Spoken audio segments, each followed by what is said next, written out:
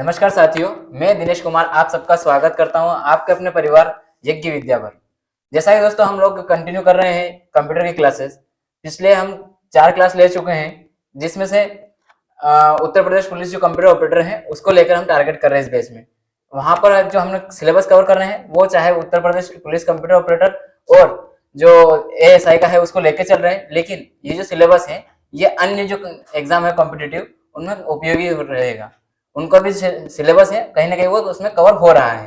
तो दोस्तों आप जो भी जिस भी एग्जाम तैयारी कर रहे हैं वो जरूर इस वीडियो को अवश्य देखें। चलते हैं, आज की स्टार्ट करते हैं। हम कंप्यूटर हिस्ट्री वाला है, इसमें आज हम प्रैक्टिस वगैरह भी करेंगे उसके बारे में। दोस्तों ये जो रही है हमारी अभी तक क्लास हुई है उसकी प्लेलिस्ट बनी हुई है, आप इसको जाके देख सकते हैं आराम से। और ये साथ में जो स्टैटिक जीके का पोर्शन है ये सर करवा रहे हैं, तो आप देख सकते हैं बहुत ही अमेजिंग तरीके से करवा रहे हैं, बहुत ही अट्रैक्टिव। तो आप जाके देखिए, आपके एग्जाम में बहुत ही उपयोगी सिद्ध होगा। करते हैं स्टार्ट आज का टॉपिक जो हमारे कंप्यूटर की पीडीओ के बारे में। जैसे कि हमने पहले ही क्लास में देखा है कंप्यूटर की पीडीओ के बारे में, कुछ पहले ही समझ चुके हैं थोड़ा बहुत, लेकिन कुछ जो है क्योंकि आपके सिलेबस में केवल कंप्यूटर विकास में ही नहीं पीडीओ का अलग से बात की गई है, अलग से टॉपिक दिया गया है जनरेशन वाला, इसलिए इसमें पीडीओ का थोड़ा और विस्तार से डिटेल समझ जानना बहुत आवश्यक हो जाता है ऐसे में। तो इसलिए इसका थोड़ा और डिटेल निकाला आपके लिए, तो ये आप अवश्य ध्यान रखें।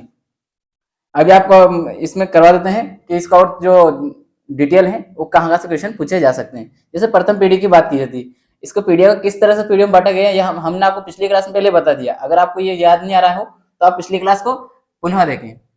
इसमें जो होता है पहली पीढ़ी जो थी वो 1942 से 1955 का कार्यकाल रहता है। इसमें वॉक्यूम ट्यूब का प्रयोग किया जाता है। मशीनी भाषा जो थी इसकी मशीनी लैंग्वेज थी, इसकी भाषा जो थी वो मशीनी लैंग्वेज में थी। जैसे कि जो इसका मशीनी लैंग्वेज से मतलब है जो बाइनरी और इसका कोड होता है कोडिंग लैंग्वेज में उसमें काम करती थी। साथ ही इसमें जो उपयोग किया गया था मेमोरी के रूप में वो था पंच कार्ड। पंच कार्ड के बारे में हमने आपको पिछली क्लास में पूरे समझा दिया क्या होता है पंच कार्ड, तो आप उसको भी देखें ताकि आपको आसानी समझ में आए कि पंच कार्ड क्या होता है। इसके साथ में मिली सेकंड, मतलब ये जो इसकी जो गति होती है वो किस में मापी जाती है, तो होती है मिली सेकंड में। ठीक है, और ये किस लिए उपयोग किया जाता है, मतलब जो हमारे प्रथम पीढ़ी कंप्यूटर थे वो किस लिए किस पर्पज से बनाए गए थे, तो उसका पर्पज था वो था साइंटिफिक और डिफेंस, मतलब जो जो भी हमारे साइंटिस्ट हैं उनके लिए, और जो भी मतलब रिसर्च करने वाले हैं वो, और साथ ही साथ जो भी रक्षा का के लिए उपयोगी संसाधन है उनमें इनका उपयोग किया जाता था। जो उस समय के कंप्यूटर थे कौन से प्रथम पीढ़ी के, उनमें कौन कौन से कंप्यूटर है, एनिएक, एडवेक, यूनिवेक फर्स्ट आदि, मतलब इसमें और भी है पर ये 2-3 आपको नाम दिए हैं। कम से कम आपको तीन चार नाम याद रखने चाहिए कम से कम, ताकि उससे क्या होगा अगर एग्जाम में कोई आता है जैसे कि बोलता है कौन सी पीढ़ी का ये कंप्यूटर है, प्रथम पीढ़ी का कंप्यूटर कौन सा है, द्वितीय पीढ़ी का कंप्यूटर कौन सा है, इस कंप्यूटर में कौन सी पीढ़ी का उपयोग किया गया, तो अगर इस तरह से आता है तो आप यहाँ पर इसमें से जैसे आपको याद होता है ऑप्शन लगा सकते हैं। दूसरी पीढ़ी पे चलते हैं। दूसरी पीढ़ी आगे बोलता है 1956 से 1964 के समय की बात है। इसमें क्या होता है ट्रांजिस्टर का प्रयोग होता है, पहले वैक्यूम ट्यूब फिर ट्रांजिस्टर आ जाता है। और इसकी जो लैंग्वेज होती है इसमें किस तरह की लैंग्वेज और किस तरह का सॉफ्टवेयर का प्रयोग किया गया है, तो इसका जो लैंग्वेज होती है हाई लेवल असेंबली लैंग्वेज, उच्च स्तरीय असेंबली भाषा। उच्च स्तरीय मतलब हाई, मतलब जिसकी कैपेसिटी जो पुरानी मशीन लैंग्वेज थी उससे ज्यादा थी, उससे अच्छी काम करने की उसके पास ज्यादा क्षमताएं थी।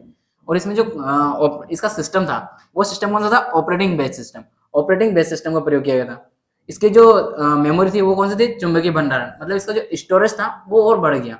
ये पहले पंच कार्ड में था, अब इससे पंच कार्ड जो था बड़ा रहता था आकार में, लेकिन हमने जो ये चुंबकीय वाला आ गई, मैग्नेटिक आ गई, इससे छोटा रूप में आ गई, छोटा आकार में आ गई मेमोरी। और जब छोटा आकार में आ गई है तो उसके पास क्या हो गई, हम कंप्यूटर में उसको और आसानी से उसका प्रयोग कर सकते थे, उसमें और ज्यादा ढाल सकते डेटा, यानी कि उसके जो भंडारण क्षमता थी उसमें वृद्धि हो गई। आगे आते इसकी विशेषता, मतलब इसकी विशेषता में क्या क्या है, मतलब ये जो है किस में गणना की जाती थी, तो माइक्रो सेकंड में होती थी।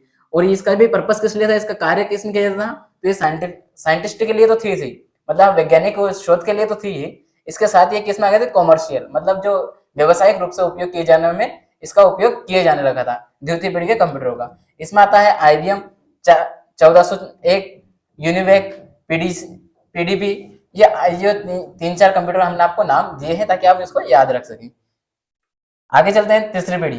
तीसरी जनरेशन की जो बात होती है इसमें होता है 1965 से 75 तक, मतलब देखो पहला आ गया उसके बाद दूसरा है। इनका आपको डिटेल में हमने पिछली क्लास में समझा दिया, तो इसलिए मैं आपको यहाँ बारीकी से समझाने नहीं लग रहा हूँ क्योंकि आपका समय का ध्यान में रखना पड़ता है। इसके साथ में क्या है, हार्डवेयर। हार्डवेयर क्या है, आईसी, मतलब इसका हार्डवेयर क्या था, इंटीग्रेटेड सर्किट, मतलब इसमें जब हम पहले प्रयोग किए थे उससे आगे और बढ़ गया और छोटा रूप में आ गया, इंटीग्रेटेड सर्किट का प्रयोग किया गया। इसकी लैंग्वेज कौन सी थी, तो इसकी हाई लेवल लैंग्वेज, वही उच्च लेवल की। इसके साथ में इसमें जो ऑपरेटिंग सिस्टम था इसका कौन सा था, टाइम शेयरिंग ऑपरेटिंग सिस्टम का प्रयोग होने लगा था।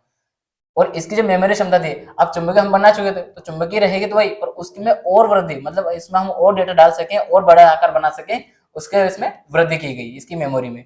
और इसकी जो सेकंड जो गणना थी वो किस में की जाने लगी, नैनो सेकंड में, इसकी गणना नैनो सेकंड में की जाने लगी। और इसका जो उपयोग है, मतलब हम किस लिए इसका उपयोग करने लगे, क्या विशेषता थी इसकी, तो वो जो थी ये पर्सनल यूज वाले कंप्यूटर, मतलब जैसे लैपटॉप है, मोबाइल है, इसका हम यूज कर रहे हैं तो ये करने किए जाने लगा। आगे था इसमें कंप्यूटर में कौन कौन से हैं, तो जैसे IBM 360 है, PDP 11 है, ये सारे क्या हो गया, ये अपने जो थर्ड जनरेशन के कंप्यूटर हैं। चौथी जनरेशन 1975 से 1989, मतलब 1975 से 1989, इसमें किस चीज का प्रयोग, कौन सा हार्डवेयर आया था, तो इसके अंदर हार्डवेयर जो आ गया था वो माइक्रो प्रोसेसर आ गया था। फोर्थ जनरेशन में माइक्रो प्रोसेसर। इसमें जो लैंग्वेज थी वो थी यूनिक्स और सी लैंग्वेज, मतलब सी लैंग्वेज का जो प्रोग्रामिंग चालू हुई थी, सी लैंग्वेज का पहली बार प्रयोग किया गया तो वो फोर्थ जनरेशन में आके, मतलब अब और कंप्यूटर और अच्छी उन्नति की ओर बढ़ता जा रहा है, धीरे धीरे सभी मनुष्यों के लायक बनता जा रहा है। ये उपयोगी operating system for personal computer, मतलब जिसमें इसका सिस्टम था वो कौन सा, पर्सनल, मतलब आप अपने निजी उपयोग, व्यक्तिगत उपयोग के लिए इसका यूज कर सकते थे। इसके बाद मेमोरी, इसकी जो मेमोरी थी सेमीकंडक्टर बनी होती थी, सेमीकंडक्टर में और छोटे आकार में आ जाती। देखिए पहला हमारा जो था बहुत बड़ा बड़ा आ रहा था, किसमें, पंच कार्ड में, फिर तो थोड़ी छोटी आई, फिर उसके बाद और छोटी हो गई और आकार में और पतली होती गई, इसी को हम सेमीकंडक्टर में लेके आ जाए। आज के समय में सेमीकंडक्टर की बहुत डिमांड बढ़ रही है, तो आप ये ध्यान रखना सेमीकंडक्टर का प्रयोग पहली बार मतलब कौन सी पीढ़ी के कंप्यूटर में किया गया था, तो फोर्थ जनरेशन में। तो आप ये ध्यान रखना कि सेमीकंडक्टर आज समय बहुत ही उपयोग बढ़ता जा रहा है। और इसकी जो स्पीड है वो किस में काउंट की जाती थी, पिको। इसके बाद ये इसका उपयोग, मतलब इसका पर्पस किस लिए है, हमारा किस उपयोगी था, किसके लिए उपयोगी था, किस क्षेत्र में उपयोगी था, जो था कॉमर्शियल पर्पस प्रोडक्शन में। मतलब जैसे कि कॉमर्शियल में कुछ भी उत्पादन कर रहे हैं, नए नए उत्पादन के नए नए कुछ भी हमें डेवलपमेंट करना है, तो वो उसके लिए इसका उपयोग किया जाता था।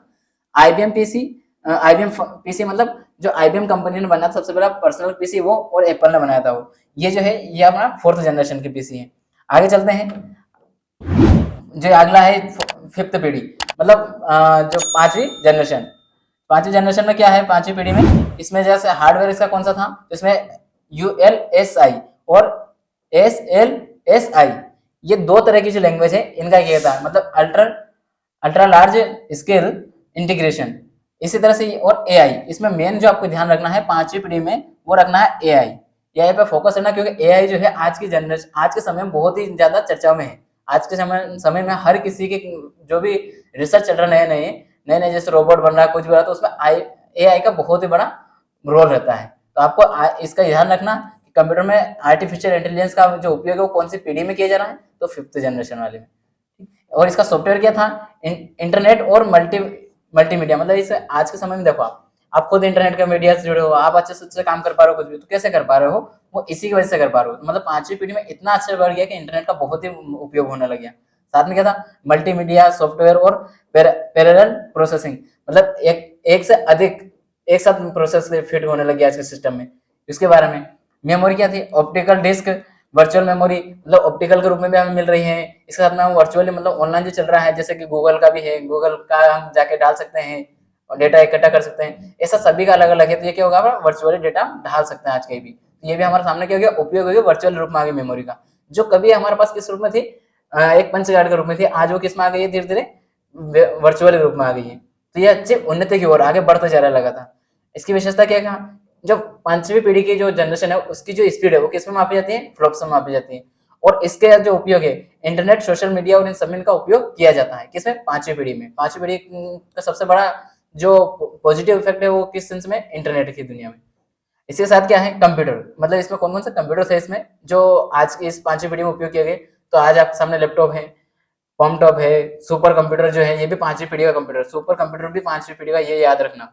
जो कि इस समय तीव्र गति, सबसे सर्वाधिक गणना कर सकता है सबसे तेज गति से, तो सुपर कंप्यूटर विश्व होगा।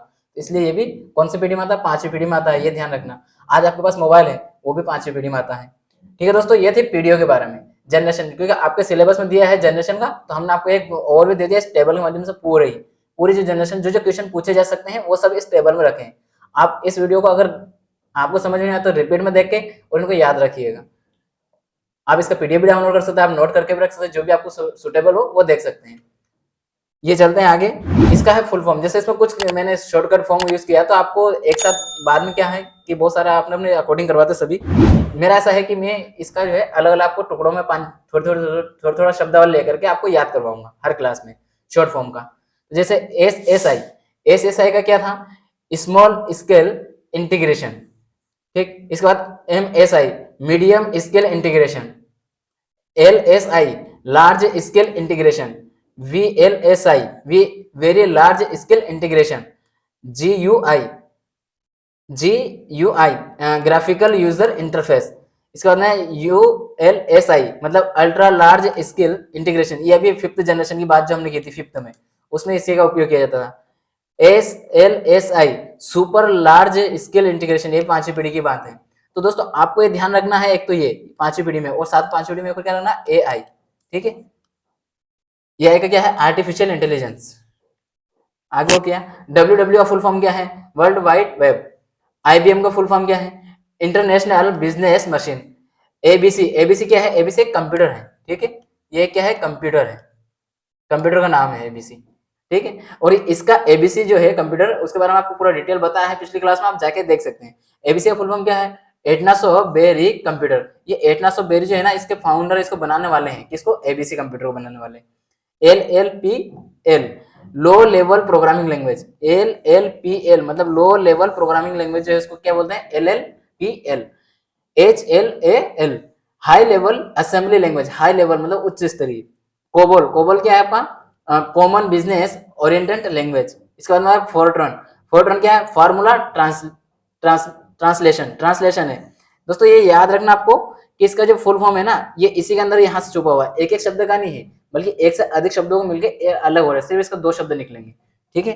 चलते हैं आज हम आगे। दोस्तों इससे पहले वाला जो हमने क्लास ली थी, उसमें आपको बताया था जनरेशन के बारे में भी, और साथ में जो पीढ़ियां हैं, मतलब किस किस तरह से कंप्यूटर का डेवलपमेंट हुआ, उसमें वहां आपको बताया था मैंने माइक्रो कंप्यूटर। तो माइक्रो कंप्यूटर में कौन कौन से कंप्यूटर आते हैं, उनके बारे में आपको एक ओवरव्यू दे रहा हूं, जिसमें आप देख सकते हैं आसानी से, ठीक है। तो ये रहा माइक्रो कंप्यूटर के बारे में। माइक्रो कंप्यूटर के बारे में आप देख सकते हैं इसको आसानी से, और भी इसके अंतर्गत कौन कौन से कंप्यूटर आते हैं। जैसे पर्सनल कंप्यूटर मतलब आपका पर्सनल आप पीसी जो अपने निजी उपयोग के लिए किया जाता है। दोस्तों इसके बारे में आपको सिलेबस में दिया हुआ है पर्सनल कंप्यूटर अलग से, तो आप उसको ध्यानपूर्वक आसानी से अच्छे से पढ़ के रखिए, क्योंकि इसमें से आपके क्वेश्चन पूछेंगे पर्सनल कंप्यूटर से। हालांकि इसका पर्सनल कंप्यूटर और आपको ज्यादा डिटेल में करवाएंगे, क्योंकि आपको सिलेबस में जब यूनिट दी हुई है इसकी पूरी, तो उसको डिटेल से पढ़ेंगे अवश्य। इसे डेस्कटॉप कंप्यूटर भी कहा जाता है, किसको, पर्सनल कंप्यूटर को। इसे छोटे आकार के सामान्य कार्यों में उपयोग किया जाता है। इस पर एक बार में एक ही व्यक्ति मतलब सिंगल यूजर कंप्यूटर है। कौन सा, पर्सनल कंप्यूटर सिंगल यूजर है। इसका ऑपरेटिंग सिस्टम जो है एक साथ कई कार्यों को करने की क्षमता रखता है, मतलब एक से अधिक कार्यों को एक साथ वो रख कर सकता है, इसकी उसकी कैपेसिटी है उसके पास खुद की, इसकी पर्सनल कंप्यूटर की। लेकिन ये क्या है, सिंगल यूजर है, मतलब मेरा लैपटॉप है, मेरा कंप्यूटर है, तो बस मैं यूज करूंगा एक समय में, एक से अधिक लोग उसका उपयोग नहीं कर सकते हैं। पीसी को टेलीफोन मॉडेम की सहायता से आपके इंटरनेट और से जोड़ सकते हैं। जैसे कि आप अपना लैपटॉप है, आपका लैपटॉप कनेक्ट करते हो, वाईफाई से कनेक्ट करते हो, तो आप उसके माध्यम से क्या चला सकते हो, कुछ भी चला सकते हो अलग, जो भी आपको वेबसाइट सर्च करना है, गूगल चलाना है, जो भी आपको यूट्यूब वगैरह देखना है वो कर सकते हो पर्सनल कंप्यूटर में। तो किसके माध्यम से, टेलीफोन और मॉडेम के माध्यम से। इसके बाद आता है वर्क स्टेशन, मतलब आप जहां चाहे वहां वर्क कर पा रहे हो। तो ये क्या छोटा सा रहता है बिल्कुल, पीसी का एक और छोटा रूप है, और इसको क्या एक शक्तिशाली छोटा सा है, लेकिन एक काम करने में अच्छी क्वालिटी रखता है, तो इसको क्या बोला गया, एक शक्तिशाली पीसी बोला गया। याद रखना ये पीसी मतलब ये पर्सनल कंप्यूटर। अधिक प्रोसेसिंग क्षमता, इसकी जो प्रोसेसिंग मतलब इसको जो कार्य करने की इसकी प्रोसेसिंग थी, वर्क करने की, वो इसकी एफिशिएंसी अच्छी थी, अच्छी क्वालिटी की थी। किससे, जो पीसी कंप्यूटर उससे भी ज्यादा होती है इसकी। विशाल मतलब इसमें जो भंडारण है, मतलब स्टोरेज क्षमता इसकी स्टोरेज करने की, वो और कितनी है, और ज्यादा है, किससे, पीसी से भी। साथ ही डिस्प्ले को ध्यान में रखकर बनाया गया, मतलब छोटी डिस्प्ले रहेगी, आकार में भी छोटा रहेगा, उसी के साथ इसमें काम करने की क्षमता वो ज्यादा रहेगी। जैसे आज के समय में क्या हो रहा है, छोटे छोटे कंप्यूटर आ रहे हैं बिल्कुल, और उससे उसमें जो पीसी है वगैरह, उनका भंडारण क्षमता है, उसकी स्टोरेज है, उसकी प्रोसेसिंग है, वो क्या है, अच्छी वाली नई जो रिसर्च के बाद बन रही है अच्छी क्वालिटी, उनका उपयोग किया जाता है। सिंगल यूजर है, एक बार में एक ही व्यक्ति इसमें कार्य कर सकता है। जैसे मैंने आपको बताया पीसी जो है, पीसी आपका वो भी क्या है, सिंगल यूजर है, और ये वर्क वाला जो है ये भी आपका सिंगल यूजर है। इसके बाद आता है नोटबुक या लैपटॉप नोटबुक को ही आप लैपटॉप कहते हैं, ठीक है, नोटबुक कंप्यूटर को ही। विकास का इसका जो विकास, इसका डेवलपमेंट किसने किया था, Adam are Osborne, Adam Osborne ने इसका बनाया था, मतलब डेवलपमेंट किया इसका कब, 1981 में। किसको, लैपटॉप का, एडम ऑसबर्न। एडम ऑसबर्न को आपको याद रखना है, इनका विकासकर्ता कौन है, तो वो यही है, ठीक है। इसके साथ क्या है, विद्युत के लिए बैटरी लगी होती थी, मतलब जैसे कंप्यूटर जो है वो आपका क्या होता है, बिना बिजली के नहीं चल पाता है, इलेक्ट्रिसिटी के बिना नहीं चल पाता है। लेकिन ये जो कंप्यूटर लैपटॉप आया नया, लैपटॉप बिना इलेक्ट्रिसिटी से चल पाता है, लाइट चले जाने पे भी चलाया जा सकता है। तो हम कब कर सकते हैं, क्योंकि इसके अंदर क्या लगी होती है, एक बैटरी लगी होती है, इसीलिए वो क्या होती है, उसको चला सकता है। और ये बैटरी किस चीज की बनी होती है, ये बैटरी बनी होती है लिथियम आयन की। तो लिथियम आयन की जो बैटरी बनी हुई है उससे आज के समय में लिथियम की बहुत डिमांड बढ़ रही है। क्यों बढ़ रही है, क्योंकि लैपटॉप का जो भी हर जगह, जिस पहले जो बैटरी के रूप में उपयोग किया जा रहा था केवल सिस्टमों में, लेकिन आज हर जगह लिथियम बैटरी का उपयोग किया जा रहा है।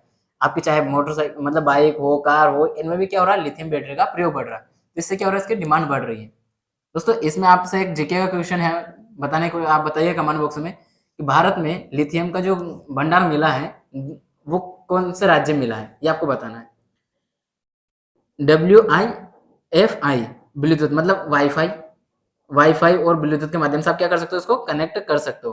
किससे, वाईफाई से और ब्लूटूथ से। इससे क्या कर सकते हो, जैसे आप, अब मुझे कुछ भी लैपटॉप को सर्च करना है, आप खुद भी आप कुछ करते हो, आपके पास खुद के पास लैपटॉप होगा, जिसके पास नहीं होगा उन्होंने देखे होगा कहीं ना कहीं कि वो कुछ भी सर्च कर लेते हैं लैपटॉप पे, चाहे जैसे सर्च मार लेते हैं, कुछ भी कर लेते हैं, ब्लूटूथ लैपटॉप सामने रखा है और वो हैंड फ्री कनेक्ट करके सुन लेते हैं। ये सब किससे करते हैं, ब्लूटूथ के और वाईफाई के माध्यम से, ठीक है। आगे चलते हैं, नोटबुक। नोटबुक में क्या है, नोटबुक शब्द की उत्पत्ति इंटरनेट और नेटबुक, इन दोनों के मिलने से, दोनों के मिश्रण से बनी है नेटबुक। नेटबुक जो बनाओ दोनों के मिलने से बना। ये लैपटॉप का छोटा, लैपटॉप से भी और छोटा संस्करण होता है उसका। गतिमान अवस्था में वायरलेस नेटवर्क द्वारा इंटरनेट का प्रयोग करने के लिए विशेष रूप से डिजाइन किया गया है। मतलब इसकी गतिमान मतलब इसकी स्पीड जो है, कार्य करने की इसकी क्षमता ज्यादा होती थी। इसके बाद आता है अगला टेबलेट। टेबलेट में क्या होता है, कीबोर्ड और माउस का प्रयोग नहीं किया गया है। जो टेबलेट होता है इसमें कीबोर्ड नहीं होता है आपका, और ना ही आपका क्या होता है माउस, दोनों चीज इसमें नहीं होती है, कीबोर्ड में और इसमें टेबलेट में। टेबलेट आपने चलाया होगा, आपके मोबाइल का आकार होता है, बस थोड़ा बड़ा होता है तुलनात्मक रूप से। इनपुट के लिए इसमें क्या होता है, स्टाइलिश होता है, पेन होता है, स्क्रीन टच होता है, जिससे आप कुछ भी चला सकते हो, ताकि इसका माउस का और इनका कीबोर्ड की आपको आवश्यकता नहीं पड़े। इसमें जो है कीबोर्ड के रूप में आवश्यकता जो होती है वो होती है डिजिटली। तो इसमें जो कीबोर्ड का उपयोग किया जाता है वो डिजिटल वाला उपयोग किया जाता है। डिजिटल गलत लिखा है,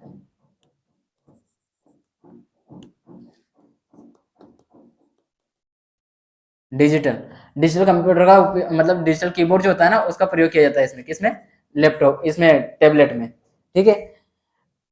पॉम टॉप में क्या होती है, आवाज के द्वारा हम इनपुट देते हैं, मतलब इसमें जो आपका कीबोर्ड वगैरह इसके अंदर भी नहीं होता है, लेकिन इसमें जैसे मैं बोल रहा हूँ, जैसे कुछ भी बोलता हूँ तो इसके थ्रू इसमें इनपुट जाता है।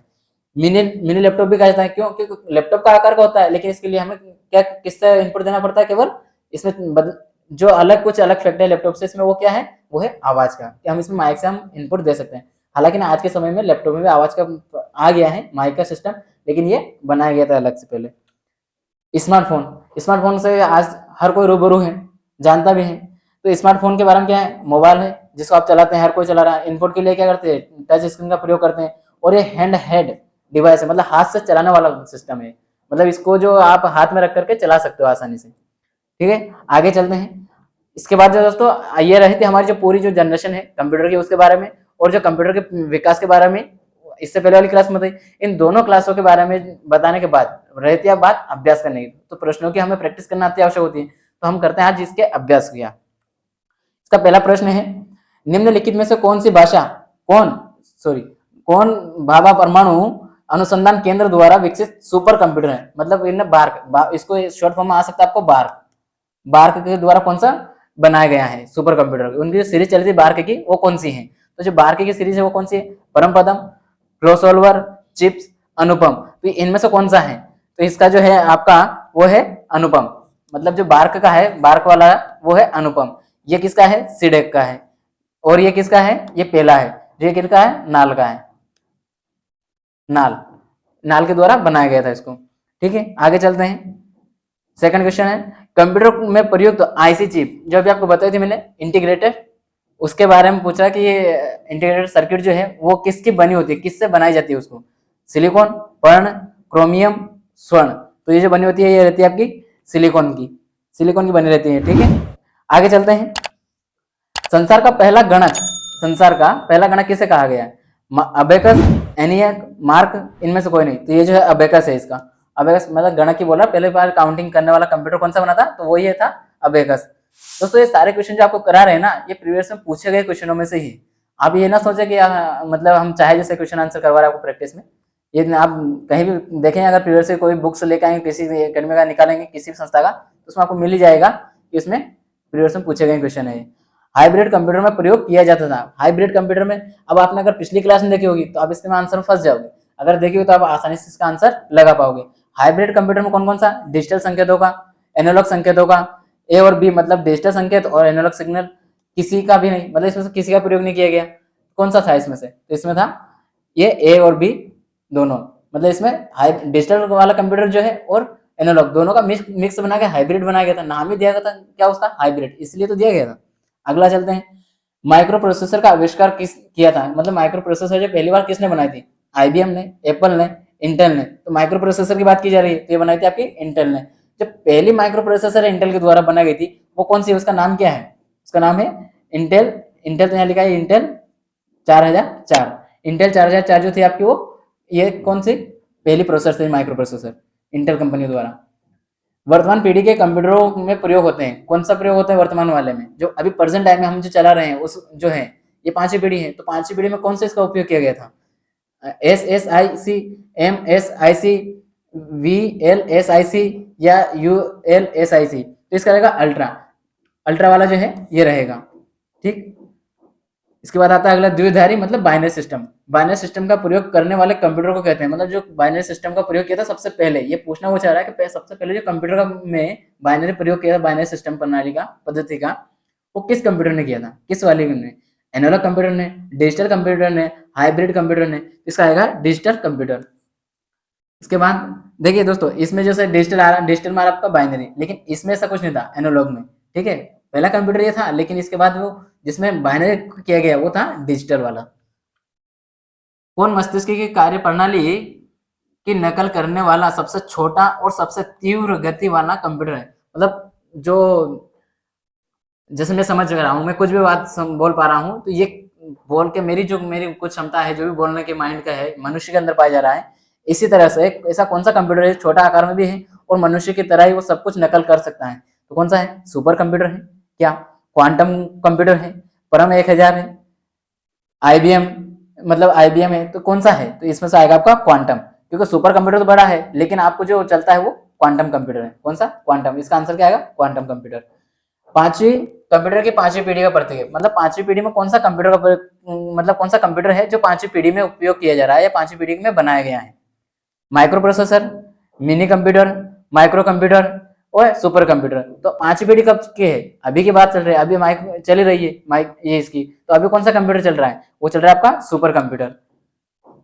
आगे चलते हैं, इंटीग्रेटेड सर्किट चिप के विकास का श्रेय जाता है, किसको जाता है, इंटीग्रेटेड सर्किट मतलब जो आईसी है, आईसी उसको बनाया किसने, किन ने मिलकर बनाया था, उनके पूछने जा रहा है। ये चार्ल्स बेबेज ने बनाया था, JS किल्विन ने बनाया था, रॉबर्ट नोइगो या ए मतलब बी और सी दोनों, तो इसमें जो है किल्वी साहब भी है और नोई भी, यानी कि डी आंसर आएगा इसका, बी और सी दोनों।